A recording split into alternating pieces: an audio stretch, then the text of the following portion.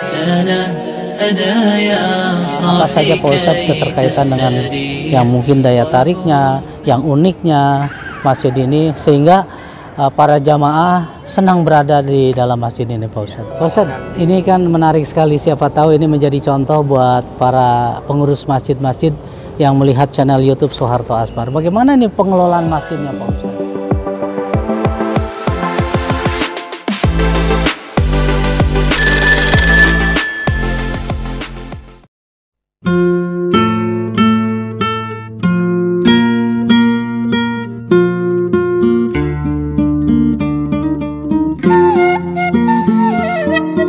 Baik, Assalamualaikum warahmatullahi wabarakatuh. Waalaikumsalam. Alhamdulillah kita jumpa kembali dalam channel YouTube Soeharto Asmar. Kali ini kita akan melihat salah satu masjid yang unik dan bersejarah yang berada di salah satu kota Garut, yang tepatnya berada di depan alun-alun kota Garut. Namanya Masjid Agung Garut. Masjid ini sangat unik sekali, oleh karena itu pemirsa harus tahu bagaimana tentang keberadaan masjid yang penuh dengan keunikannya. Bersama dengan saya adalah Pak Ustadz Iwan Suparna, dan beliau adalah pengurus masjid yang sebagai imam besar masjid, sebagai tahmir masjid, dan juga sebagai kepala sekolah yang berada di TK lingkungan masjid ini. Assalamualaikum Pak Ustadz. Waalaikumsalam. Sehat Pak Ustadz? Alhamdulillah sehat. Hari ini kita akan bincang-bincang Pak Ustadz keterkaitan dengan keberadaan Masjid Agung Garut. Bisa dijelaskan Pak Ustadz, ini beradanya, lokasi yang tepat berada di mana Pak Ustadz, dan mengapa disebut dengan Masjid Agung Garut? Bagaimana sejarahnya nih Pak Ustadz? Pemirsa akan tahu bagaimana perjalanan masjid yang dikatakan dengan masjid unik ini. Silakan Pak Ustadz. Masjid Agung Garut itu berada di pusat kota. Itu ada jalan kabupaten dan jalan Ahmad Yani. Baik. Nah, Masjid Agung Garut merupakan masjid yang tertua termasuk di Garut ini, dan termasuk di Jawa Barat pun masjid yang tertua, Masjid Agung Garut. Salah satunya yang tertua ya? Iya, salah satunya. Dan termasuk diantaranya masjid yang bersejarah. Baik. Ya. Nah, di sini diantaranya inohong-inohong, diantaranya Konferensi Asia Afrika, pernah diantaranya berjamaah di sini, Masjid Agung Garut. Para pesertanya ya? Ya? Pesertanya. Oke. Ya, termasuk diantaranya ada makom-makom ya, keturunan waliullah. Waliullah. Makam, salah satunya adalah makam. Itu diantaranya keturunan keturunannya waliullah. Yang ada diantaranya, kalau kita ada kan ada di mana daerah-daerah apa Cianjur ya. Oke. Nah, itu masih ada keturunannya, silsilahnya masih ada Pak ya. Baik. Itu makanya termasuk masjid yang barokah lah. Yang barokah. Karena ada di lingkungan, karena ada di lingkungan masjid ya. Dan salah satunya juga ada makam juga ya Pak Ustadz di dalamnya ya. Masjid Agung Garut itu didirikan, dibangun sekitar 1813.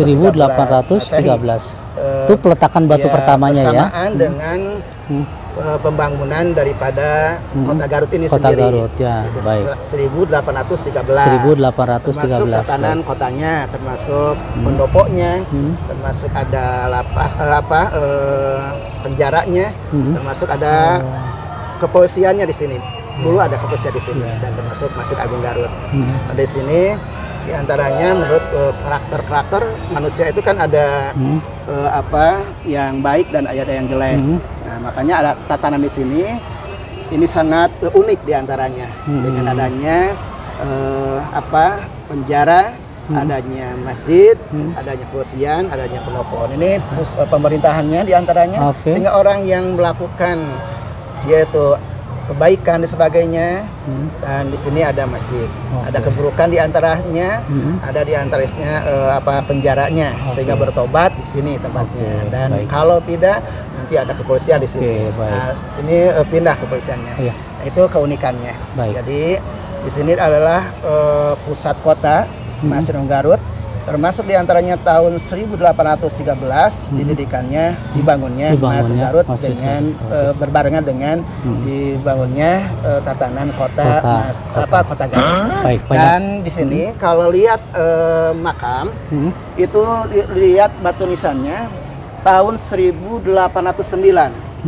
Bisa jadi didirikannya, dibangunnya Masjid Agung Garut tahun 1809. Batu nisan siapa itu Pak Ustadz? Itu ada di antaranya yang tokoh-tokoh termasuk ya, yang keturunan waliullah di antaranya. Nah, di sini di antaranya ada yang boleh jadi kurang dari 1809 didirikannya Masjid Agung Garut. Tapi yang umumnya 1813 Masehi itu di antaranya. Dan di sini banyak perubahan-perubahan atau renovasi Masjid Garut. Dulunya itu seperti Wali Songo. Kalau kita jaroh ke Wali Songo, itu masjidnya itu atap limas. Ya, limas ya. Nah, dulunya begitu. Jadi dan awalnya dia bersusun berapa nih Pak Ustadz? Bersusun ya, seperti wali-wali Allah ya. Jadi itu diantaranya bersusun sehingga ada kolam. Dulu itu ada kolam. Seperti kita lihat ya. Sehingga ketika tahun itu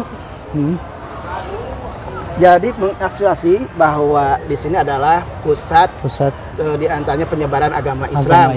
Ya. Itu dengan adanya bentuknya ya, baik. Dan tahun 1897 di antaranya ada perubahan-perubahan sehingga menjadi plat beton termasuk tahun 1904, 1908 perubahan total di antaranya sehingga diarahkan di antaranya arah kiblat.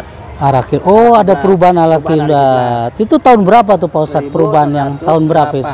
1998. Sehingga dengan melibatkan dari pihak ITB yang ikut terlibat di dalamnya ya. Pak Ustadz, ini kan pasti pemirsa akan tahu nih ya. Ini lokasi yang tepatnya di jalan apa ini Pak Ustadz di Kota Garut ini? Ini orang mau memposisikan kan dekat alun-alun. Nah, kita lihat alun-alun di sana. Ini kondisinya seperti ini nih, ya, cukup ramai dan daya tariknya luar biasa. Nah, ini alamat lengkapnya di mana ini Pak Ustadz? Ya, Jalan Kabupaten. Jalan Kabupaten namanya. Nomor 17. Nomor 17 ya. Baik pemirsa, banyak hal yang sudah disampaikan oleh Pak Ustadz keterkaitan dengan sejarah Masjid Kota Garut yang sangat unik sekali. Mungkin pemirsa juga akan tahu nanti bagaimana keberadaan masjid, akan kita lihat di dalamnya dan apa saja yang menjadi keunikan di dalamnya. Dan sekaligus juga nanti akan kita melihat tentang makam-makam yang berada di sini. Hal-hal apa saja sampai masjid ini bisa berdiri dan kegiatan apa saja yang nanti akan kita ketahui tentang keberadaan masjid agar dapat diketahui dan sekaligus dicontoh bagi para takmir dan para DKM masjid yang ada di sekitar ini dan pemirsa sekalian dapat ketahui. Baik, kalau gitu Pak Ustadz, kita lihat keberadaan dalamnya masjid dan hal-hal yang unik. Yuk.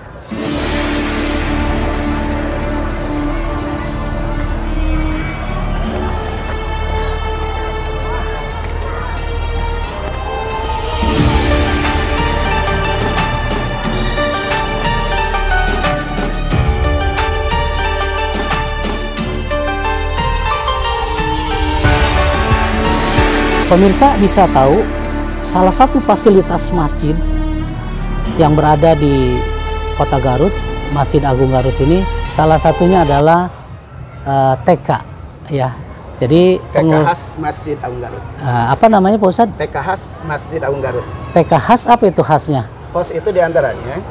Jadi selain guru-guru, termasuk orang tua anak-anak, paham tentang yaitu pembelajaran tentang diantaranya ilmu. Sambil kita ke dalam, kita lihat pemirsa. Itu ada hostnya, harus menjadi sebagai pendidik kalau guru-guru. Ya termasuk diantaranya akhlakul karimahnya yang ditekankan. Baik. Karena kan berdampingan dengan masjid. Ya. Kalau diantaranya guru-gurunya, kepala sekolahnya, orang tuanya atau anak-anaknya tidak dengan host, tidak dengan khas. Itu bukan TK khas pembelajarannya yang utama adalah akhlaknya. Kalau tidak sholat tidak khas itu. Kalau akhlaknya jelek tidak khas itu. Betul. Nah ini adalah salah satu tempat bermain dan sekaligus tempat pembelajaran yang berada di salah satu fasilitas Masjid Agung Garut ini. Nah ini salah satu prasasti ya Pak Ustadz. Iya. Nah Masjid Agung Garut ini punya prasasti, salah satunya adalah Taman Kanak-kanak, Madrasah Diniyah khas Masjid Agung Garut yang diresmikan sama salah satu Bupati Garut ya, yaitu Pak almarhum Bapak Dr. Haji Dede Sapidi. Oke, baik, itu salah satunya. Baik pemirsa, kita lihat fasilitas yang lainnya dan sekaligus hal apa yang unik di dalamnya. Alhamdulillah pemirsa, kita sudah berada di pelataran di masjid ini.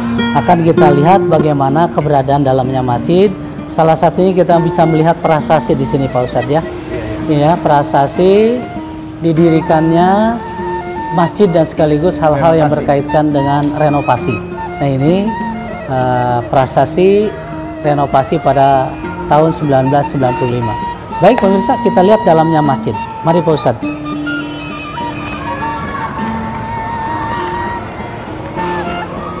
Memang kita ketahui bahwa masjid ini betul-betul megah.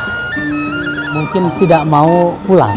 Mengapa? Suasana yang begitu nyaman, begitu ramai. Kita lihat saja, keberadaannya begitu menyenangkan sekali.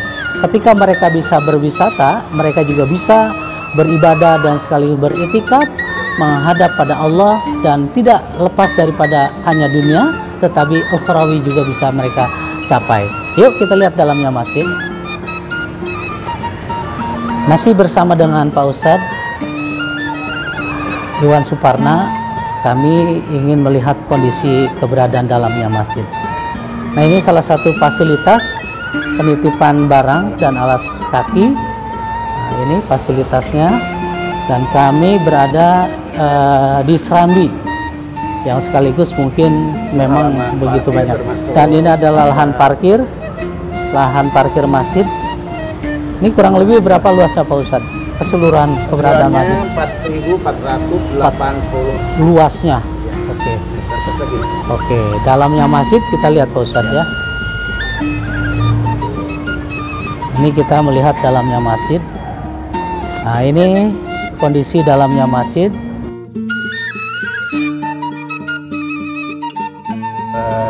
2000-an ya. Oh, jadi sekitar 2000 jamaah.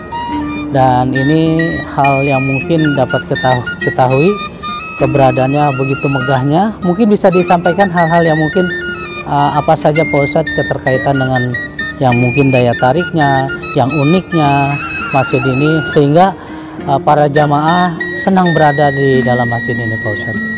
Yang utama itu diantaranya kalau masuk ke masjid itu tenang. Oh tenang ya.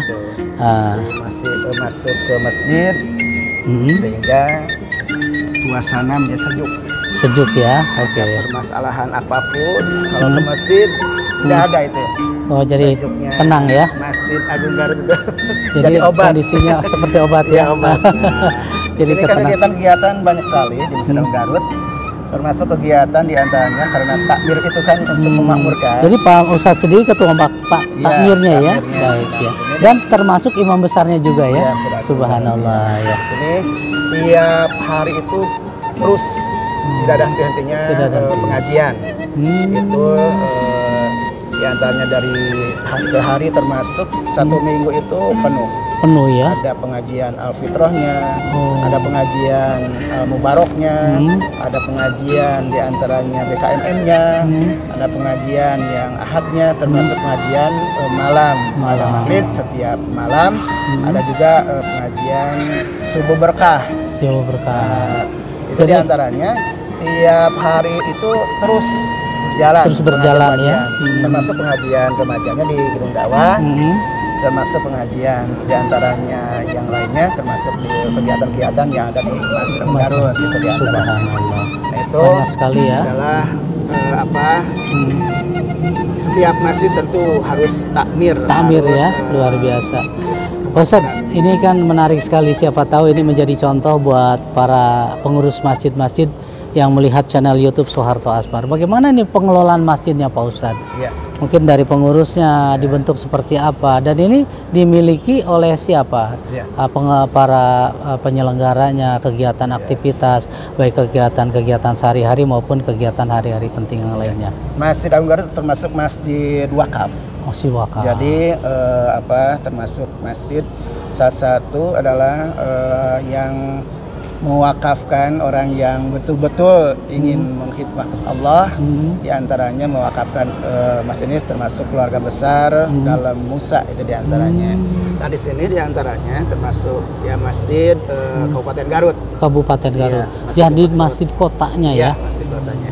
Nah di sini diantaranya ada 3 di dalam kepengurusan Masjid Agung Garut ini. Pertama ada Idaroh. Kedua ada riayah.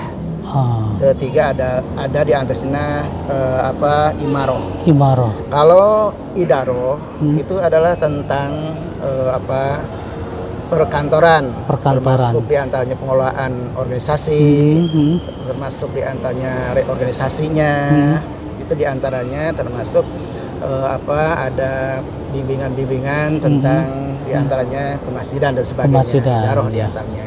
Nah di sini dibantu dengan riayah. Riayah adalah pemeliharaan masjid. Tentunya setiap masjid harus ada riayah. Harus ada. Ada berapa jumlahnya Pak Ustadz? Pengurus apa itu?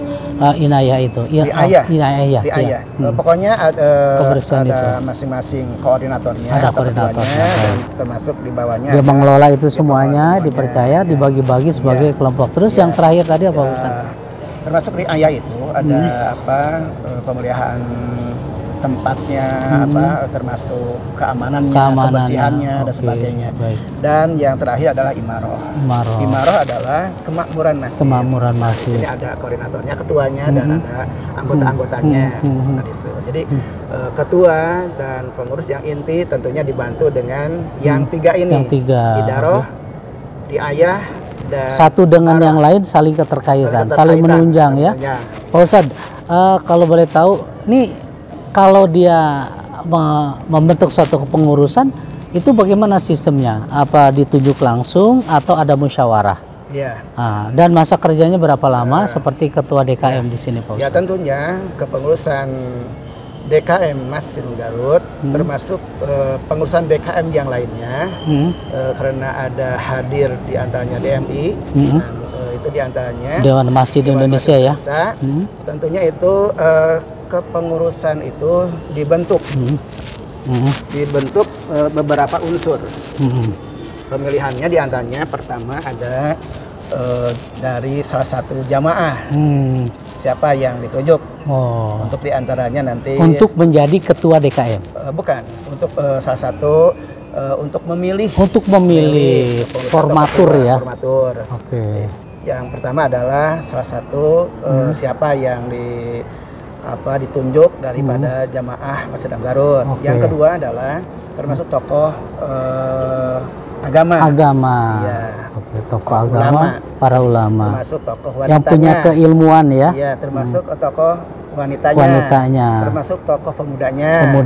Termasuk dari DPR-nya. Jadi semua ruang lingkup semuanya masuk di dalamnya. Semua tokoh baik agama maupun tokoh masyarakat, kemudian dari wanita ya Pak Ustadz masuk di dalamnya untuk dijadikan sebagai kepengurusan dan dijadikan formaturnya. Termasuk dari Pemdanya juga ikut di dalamnya ya. Itu diantaranya. Jadi ada 8 atau 9 sebagai tim formatur dan memilih ketua DKM Mas Garut termasuk reng-rengannya itu dipilihnya. Termasuk para pembantu-pembantunya nanti ya. Itu 5 tahun. Masa kerjanya 5 tahun. Jadi kalau sudah 5 tahun itu ada pemilihan lagi. Siapa di antara yang dicalonkan gitu. Atau diberikan hak yang 5 tahun tadi yang masa berlaku sudah selesai untuk memperpanjang apabila terpilih, begitu Pak Ustadz? Atau sudah cut, tidak boleh lagi? Kalau diantaranya dipercaya sama jamaah, masih ada waktu. Itu pemilihan lagi. Ada berapa periode yang masih boleh Pak Ustadz? 2 periode? Ada yang 2 periode, ada yang 3 periode, atau ada yang lama dan sebagainya. Itu diantaranya bagaimana dalam pemilihan. Pemilihan ya, tergantung dari pemilihan. Jadi betul-betul pemirsa ini dengan kondisi yang musyawarah. Jadi tidak ditunjuk sendiri, tetapi dimusyawarahkan dalam kepengurusan itu. Nah, baik Pak Ustadz, keterkaitan dengan itu ini kan biar bagaimanapun kita perlu adanya semacam dana ya untuk mengelola masjid ini. Bagaimana menghimpunnya tuh Pak Ustadz? Dan sekaligus bagaimana menyalurkannya Pak Ustadz? Ini biar dicontoh untuk masjid-masjid yang ada para pemirsa bisa ketahui. Jadi dana yang ada di sini untuk kegiatan-kegiatan berlangsungnya kegiatan itu diantaranya kenceng yang utama. Jadi kenceng Jumatan, kenceng Jumat ya, atau kenceng yang lainnya itu yang lebih diutamakan. Yang lebih utama. Jadi kita kegiatan-kegiatan berlangsung itu mengandalkan dari kenceng itu. Kenceng ya. Mudah-mudahan ada. Yang paling pokok itu adalah amal yang setiap hari Jumat, namanya istilahnya kenceng. Selain itu apa lagi Pak Ustadz sumbernya? Ya ada juga yang lainnya, diantaranya dari pemerintah pun suka ada. Kalau kita sudah ada ya. Suka kita itu diberikannya setiap berapa bulan sekali Pak Ustadz biasanya? Yang mana? Yang dari pemerintah. Itu kalau kita mengajukan. Kalau mengajukan. Kalau mengajukan pemirsa baru dapat ya. Tapi yang paling utama adalah setiap amal Jumat itu yang dikelola untuk semua kemakmuran masjid ya, untuk para kesejahteraan dan kalau boleh istilahnya uang kehormatan. Iya. Semuanya dikelola. Ada itu tiap bulannya termasuk kalau untuk khotib ya. Untuk meroki itu ada. Nah, sekarang berbicara tentang khotib, bagaimana nih Pak Ustadz menunjuk khotib di sini? Apakah hanya pengurus saja yang diperbolehkan atau orang luar atau bagaimana? Ya. Ya tentunya khotib adalah karena ini adalah milik Kabupaten Garut, milik bersama umat ya, umat Islam ya. Jadi bukan dari pengurus aja atau keluarga pengurus, tapi seluruh diberi kesempatan. Termasuk dari kecamatan-kecamatan. Siapa diantaranya yang menjadi punya khotib di sini, kemampuan ya. Jadi pengurus, pemirsa bisa ketahui bahwa petugas khotib dan apapun yang ada di masjid ini diberikan satu keleluasaan. Diberikan kebebasan yang punya kemampuan dan kualitas, bukan hanya keluarga masjid, tetapi diberikan satu hal yang memang perlu dan ada jadwal tergilir dan secara adil diatur begitu Pak Ustadz ya. Iya, betul. Luar biasa nih, mantap. Pemirsa bisa contoh apa yang dikatakan oleh Pak Ustadz. Pak Ustadz, ini mungkin kita bisa lihat nih, ini sebenarnya ada yang unik sekali mana nih Pak Ustadz? Yang unik, kan, yang paling lama gitu masjid ini. Wali Songo kan suka kalau kita khotib, ini kan Rasul apabila ini kan pertahanan kalau kalau nanti kan ada khauf kan, atau kalau ada musuh dan sebagainya, ini siap ini. Nah Wali Songo itu biasa kalau khutbah suka pakai tongkat ya. Jadi kalau ini salah satu tongkat yang dianggap terus keduanya unik, yang utama adalah khotib kalau pegang tongkat ini, cis ini tidak seperti pidato. Kan ini makruh, mengurangi pahala. Betul. Jadi supaya diam tangannya ya. Nah, makanya ini digunakan. Jadi keunikannya salah satunya ya. Pak Ustadz, selain ini apa lagi Pak Ustadz? Mungkin pemirsa pengen tahu nih apa yang menjadi keunikan di Masjid Agung Garut ini. Jadi ada menara 4 ya. Nanti pemirsa bisa ketahui menara 4 itu minaretnya itu di uniknya seperti apa nih Pak Ustadz? Ini helikopter. Jadi dipasangnya sama helikopter itu tahun 1994 itu. Uniknya itu ya. ITB itu dipasang yang 4 menara ini sama helikopter. Jadi pemirsa ini kita lihat menara yang 4 ini yang ada di masjid ini dipasangnya unik sekali dengan helikopter pada saat dibangunnya. Hal yang luar biasa yang membuat kita mungkin kagum. Maksudnya kan ini ada mazhab 4. Imam Hanafi, Hambali, Maliki, Imam Syafi'i, Imam Hambali. Jadi di Masjid Agung Garut boleh tidak satu mazhab aja, boleh yang 4 itu. Jadi maksudnya pesannya seperti itu. Ini milik bersama. Milik bersama. Jadi masjid ini milik bersama. Simbolnya ada 4 menara. Semua mazhab bisa masuk di dalamnya. Jadi hal-hal yang berkaitan dengan ajaran-ajaran Islam yang dibawa oleh Rasulullah Nabi Muhammad SAW menjadi satu keteladanan yang betul-betul umat yang ada di dalam dunia ini adalah betul-betul memiliki satu hal yang terbaik. Ajarannya betul-betul rahmatan lil alamin. Pak Ustadz, kita lihat tadi apa tuh yang ada? Apa namanya? Kalau beduk kolam. Beduk ya, beduk nanti kita bisa lihat. Ya, ada yang unik tadi di dalamnya ini apa itu? Kolam ya. Ya. Baik pemirsa, kita akan lihat kolam.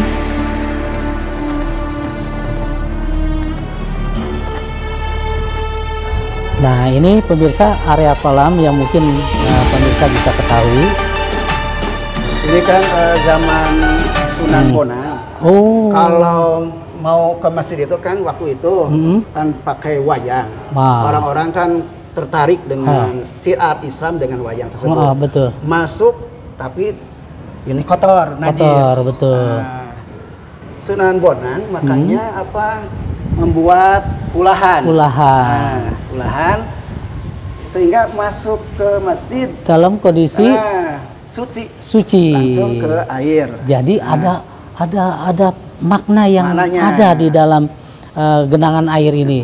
Ketika dari tempat yang mungkin kurang bersih masuk dalam masjid harus kondisi yang suci. Okay. Karena kalau kita sholat membawa najis tidak sah. Betul, dan kita menghadap Allah ya. Karena di Masjid Agung Garut disediakan kolam atau kulahan. Betul. Itu tradisi. Ini salah satu pesan yang betul-betul menjadi satu keteladanan untuk kita maknai bersama, bahwa hal yang seperti ini menjadi percontohan. Oleh karena itu salah satu Masjid Agung Garut ini menjadi contohnya. Ustadz, ada lagi yang lain? Ya, itu termasuk yang tadi yang menara dan dan termasuk beduk di antaranya. Baik Pak Ustadz, banyak hal yang mungkin dapat sudah kita lihat. Mungkin ada pesan dan kesan yang mungkin Pak Ustadz bisa sampaikan. Apa kira-kira Pak Ustadz untuk memaknai keberadaan masjid ini, dan sekaligus pesan untuk para pencinta YouTube channel Soeharto Asmar? Al-husunu salasu asya'a. Benteng itu ada 3 perkara. Yang pertama adalah az-zikru hisnun. Zikir adalah menjaga kita. Zikir diantaranya secara lisannya, hatinya, anggota badannya. Itu akan menjaga kita. Termasuk wal Qur'anu hisnun. Quran menjadi benteng bagi kita. Kita selalu membaca Al-Quran. Itu diantara dengan memanai, dan ada asar, ada diantaranya bekas membaca Al-Quran, sehingga akhlak yang tadinya jelek menjadi bagus. Yang ketiga adalah wal masjidu hisnun. Masjid menjadi benteng. Benteng diantaranya kalau kita mau melakukan suatu kejelekan, karena masjid ada di diri kita. Masjid itu kan sajadah yasjudu sujudan. Masjidun, misjadun atau masjidun. Tidak masjadun, tapi di sini masjidun. Nah, di sini adalah tempat sujud. Kita hati ini sujud kepada Allah. Kita ini ta'aluk selalu berkaitan, hatinya selalu ingat kepada masjid. Itu diantaranya masjidnya. Kalau di kantor ingat masjid. Tidak akan korupsi. Kalau di sawah itu kalau ta'aluk ada masjid, tidak akan memindahkan hak orang lain, yang lain, galangan yang lain. Kalau di pasar karena ada masjid itu akan berbuat baik nantinya. Tidak akan mengurangi timbangan. Tidak berbohong. Dimanapun kalau ada masjid di sini, dalam hati selalu terikat, akan terjaga kita. Luar biasa apa yang disampaikan oleh Pak Ustadz pada hari ini, menjadi pesan yang betul-betul moral, tingkah laku, ajaran agama betul-betul menciptakan hal kita untuk kebaikan dunia maupun akhirat. Pak Ustadz, terima kasih sekali nih bincang-bincangnya. Sama-sama. Kita cukupkan ya. Rasanya masih ingin banyak yang akan kita ungkap keberadaan masjid ini ya. Apalagi dengan pesan Pak Ustadz yang begitu, saya membuat hati menjadi tenang. Pak Ustadz, terima kasih. Mudah-mudahan kita selalu menjadi orang-orang yang taat, beribadah, dan selalu ingat pada Allah, dan kita menjadi orang-orang yang husnul khotimah. Terima kasih Pak Ustadz atas bincang-bincangnya. Assalamualaikum warahmatullahi wabarakatuh. Pemirsa, telah kita saksikan tentang keberadaan daripada sebuah masjid di daerah Garut, Jawa Barat, yaitu adalah Masjid Agung, yang luar biasa kita ketahui dari narasumber, yaitu langsung dari Imam Masjid Agung Garut ini.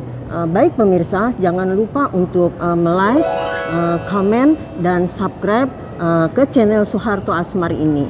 Terima kasih. Assalamualaikum warahmatullahi wabarakatuh. Selamat bertemu di masjid-masjid berikutnya. Assalamualaikum warahmatullahi wabarakatuh.